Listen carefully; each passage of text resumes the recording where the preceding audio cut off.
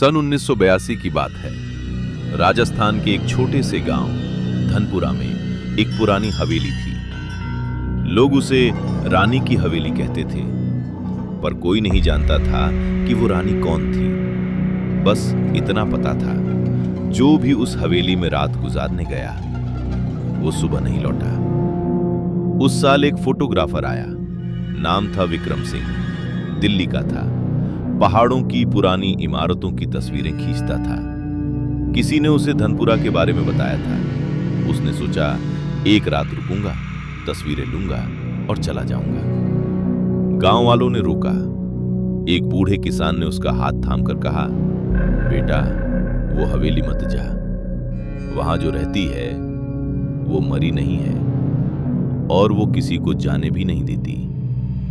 विक्रम मुस्कुराया। उसने कहा, चाचा, ये सब अंधविश्वास है, और वो चल पड़ा। हवेली गांव से आधा कोस दूर थी। रास्ते में एक सूखा कुआं था। विक्रम जब उसके पास से गुजरा तो उसे लगा कुएं के अंदर से कोई देख रहा है। उसने टॉर्च मारी। अंधेरा, बस अंधेरा। उसने कैमरा निकाला और एक तस्वीर खींच ली। हवेली का दरवाजा आधा खुला था। जंग खाए कब्जे चरमराए जब विक्रम ने धक्का दिया, अंदर घुसते ही एक अजीब बू आई। जली हुई लकड़ी की नहीं, कुछ और, कुछ जो पहचानी नहीं जा रही थी, पर जिससे पेट में मरोड़ उठती थी। हवेली के अंदर बड़ा सा दालान था। छत से झूमर लटक रहा था, टूटा हुआ, धूल से भरा। दीवारों पर पुरानी पेंटिंग्स थीं।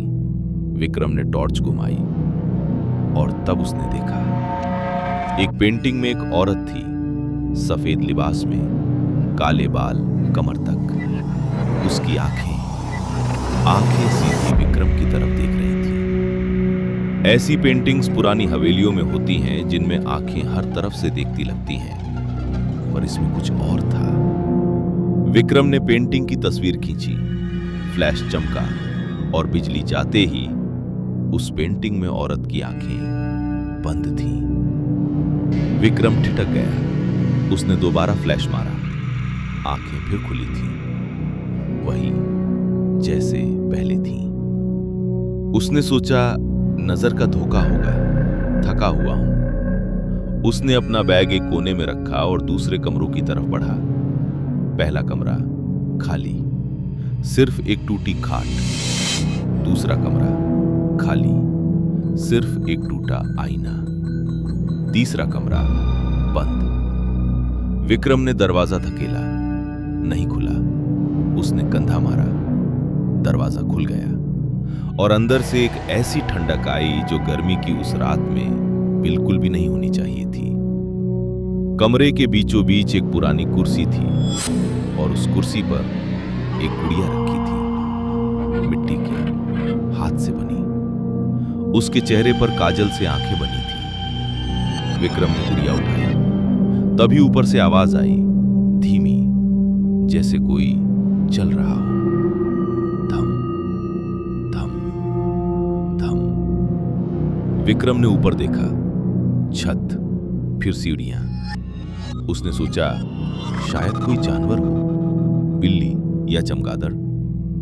पर आवाज बंद नहीं हुई। वो सीढ़ियों की तरफ बढ़ा। हर कदम के साथ लकड़ी चरमराती। ऊपर एक लंबा गलियारा था। दोनों तरफ कमरे, सब बंद। गलियारे के आखिर में एक दरवाजा था। उसके नीचे से रोशनी आ रही थी। विक्रम का दिल जोर से धड़कने लगा।